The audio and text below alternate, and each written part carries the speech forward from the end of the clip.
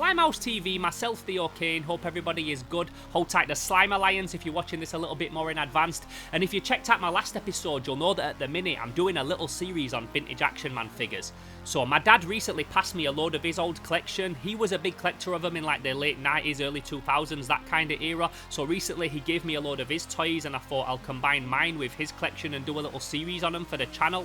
So in the last episode we looked at the Action Man Space Rangers line, and in today's episode we're going to be continuing with that theme and looking at some more characters that came in towards the end of the Action Man run that were a little bit more fantasy, a little bit more sci-fi and a little bit more outlandish. Let's do this. Pow!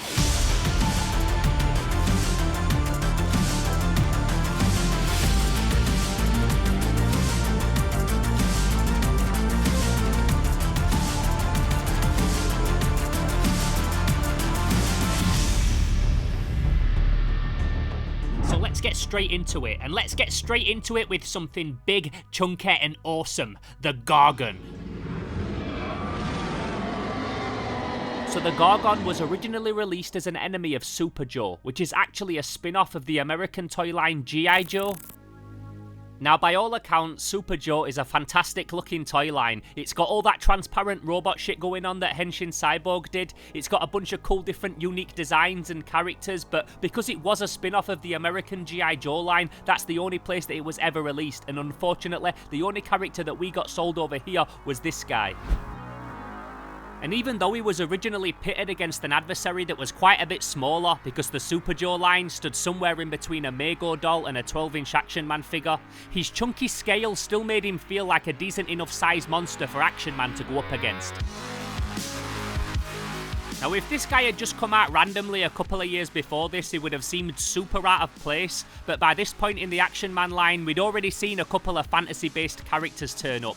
Bullet Man, the human bullet superhero, and Atomic Man, Action Man / G.I. Joe's answer to the popularity of the $6 Million Man line, and of course the Intruder, which I'll talk about in a minute. But having the Gargon turn up around this time with all these other characters just kinda worked. Now, to look at this thing, it's an absolute beast. You hear toy collectors talking about how amazing the Shogun Godzilla is and the Mattel Kraken, and I'm one of them, but in my opinion, this thing stands right up alongside both of those.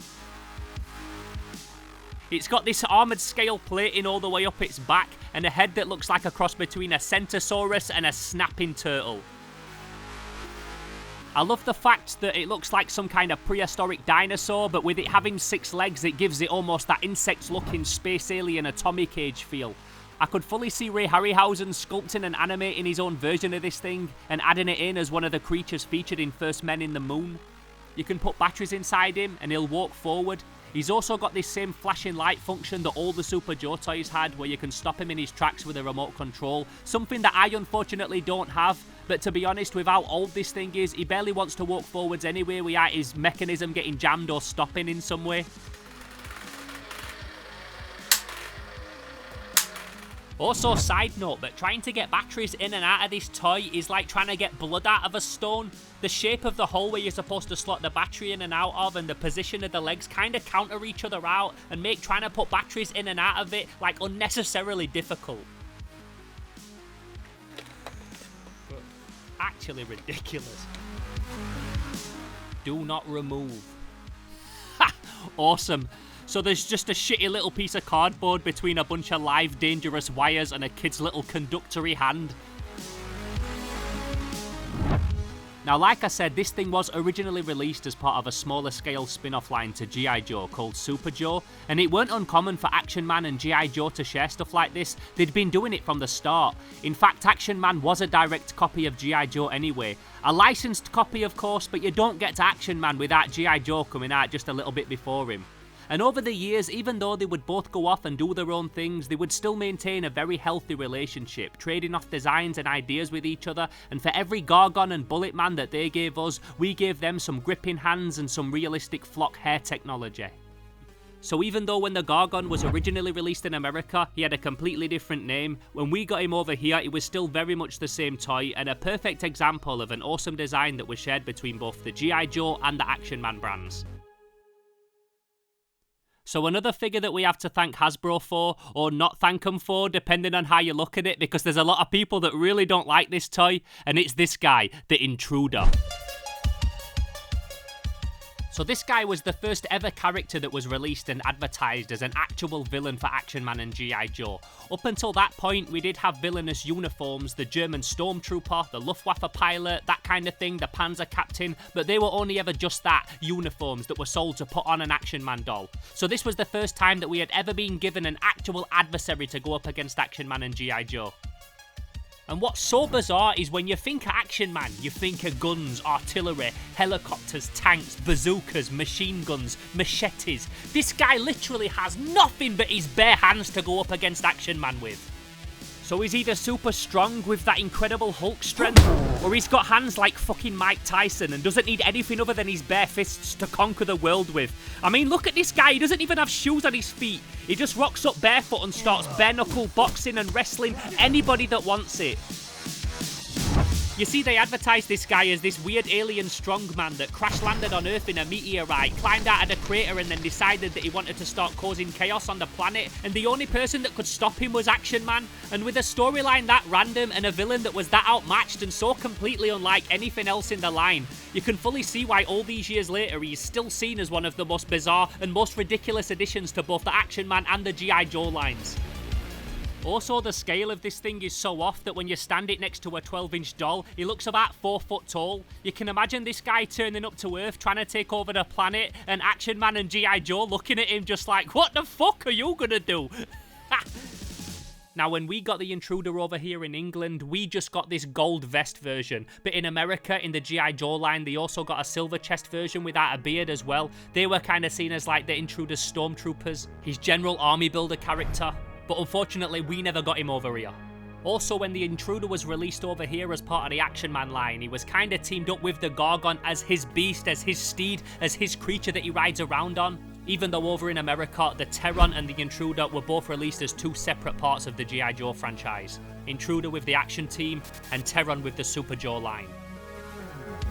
Now, something that's often speculated with the Intruder toy, and I've never actually seen it confirmed, so I'd love to know in the comments below if you know any different to me, but a lot of people do think that the Intruder doll was originally supposed to be released as part of the Super Joe line. And that seems like a no-brainer to me. It would make a lot more sense because he's much more in scale with those figures. He's got this gold plastic clip-on vest, very similar to the one that Super Joe has. And then in the middle of it is this circle shape that if it had a hole drilled in the middle would be perfect to house a little light bulb and use that same light bulb technology that all the other characters in the Super Joe line did, so it would make a lot of sense. Maybe at the time they just needed to create a new villain for Action Man and G.I. Joe to go up against, and it just made sense and was more cost effective to use something that they'd already got the tools for rather than create a new one. So they just took one of the characters from the Super Joe line and just hoped nobody had noticed. But either way, he is part of the official Action Man and G.I. Joe canon now, and love him or hate him, me personally, I think that the fact that he's so weird and so bizarre and so unfitting kind of makes me like the character even more. Although I would have liked him to come with some kind of weapon, some sword or battle axe or helmet or armor, or something that made him look like he could actually go up against an Action Man figure other than just this shitty bear hug feature.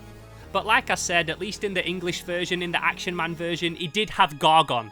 He at least did have a giant ravenous lizard at his disposal. The Action Man team set off in a grim race against time. But they are already too late. The dreaded Gargon has been unleashed upon humanity by the Intruder, and it's up to the Space Rangers to stop him with their laser gun. With one blast, they hold the... Now, as you probably just heard there, perfectly narrated by my G, the legendary Tom Baker, the Gargon and the Intruder were 2 characters that perfectly merged the traditional Action Man military stuff with their Space Rangers releases, and they even tooled it so that the laser from the Space Rangers battle pack worked as a light gun for stopping the Gargon. Now, as I mentioned at the start of the video, we covered a lot of the Action Man Space Rangers in the last episode of this little series that I'm doing, but one thing that I didn't get to talk about is this vehicle, the Action Man Space Speeder, 4 super spacecraft in one. So this was actually a repurposed G.I. Joe vehicle. It was originally sold a few years before in America as the Sea Sledge and Frogman set, but once the Brits had got hold of it and added a few extra bits, jet engines, wings, a cannon, that kind of thing, it went from an underwater sea vehicle to a transforming 2-seater cosmic space machine. So like any toy from this era, especially one with lots of little different bits and accessories that fit onto it, it's hard to get them complete. These toy lines like Action Man and Transformers and stuff that has lots of little bits or attachments and things that can go missing and stickers that can peel off, it's often hard to find them with all the bits there. This one that I got off my dad though is actually in really nice condition. Other than a couple of the missiles that have been chewed by some plastic crack addict little kid, it's pretty much all there. In fact, having a look through all the bits, the only thing that I can find that's not actually here is the little seatbelt that fits around the driver's waist to keep him secure, but other than that, it's all complete. It's also got a chunk cut out of the box, and this is because there was some giveaway stars on there. So back in the day, companies like Palitoy would run giveaways where you cut out stars when you buy these toys, you send them off and they'd send free stuff to your house. It was really popular back then. I don't really see companies do it anymore, but back in the 60s and the 70s and the 80s, it was very common. Now looking at the transforming feature, it's very primitive, it doesn't really do too much. You can move the wings up and down, you can take the boosters off, switch them around, take the cannon off and that kind of thing, but it's very primitive. Now this is obviously down to the fact that they had to work with a vehicle that already existed, they could only do so much to it, they could only piss with the prick they've got. Also, this was the 80s, so transforming toys were obviously very popular, and it seems like they just wanted to add a little bit of that feature to this vehicle.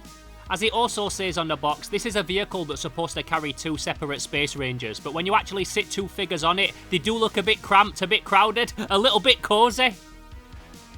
I know as well that I've got a later Action Man pilot in this thing, and ideally it would be the older one with the rubber suit, but I've not actually got round to fitting that guy in the suit yet. As you saw in the last episode, I've only just got it, and I want to save that for a whole separate video. Now, I feel like I've not even scraped the surface with this line yet, and there's so many other cool toys in this Action Man line that I want to talk about. Captain Zargon, Rom the Space Knight, the Action Team, Tom Stone, Atomic Man, and Bullet Man. But like I said, I'm going to save all them for future videos so that we can really deep dive into each one of these things individually. So I really hope that you enjoyed this video today and that you're enjoying this little series that I've been doing on Action Man. If this is your first time checking out the channel, then I'm Theo Kane. We've got an awesome community here, so if you want to become a part of it, hit that subscribe button, introduce yourself down below, and welcome to Slimehouse TV. I've also got a Patreon, so if you want to get access to videos in advance and some other exclusive stuff, then you can head over to patreon.com/SlimeHouseTV.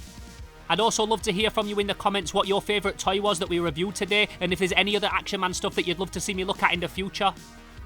If you don't want to comment publicly but you want to hit me up in the DMs, the best place to do that is @Theo_Kane_Slimehouse over on Instagram. That's the social media that I'm the most active on, so if you want to get at me, that's the best place to do it. Like I said, this is Slimehouse TV. I hope you've enjoyed this video today. I can't wait to get into some more stuff with you in the next video, so until then, I'm gone. Pow!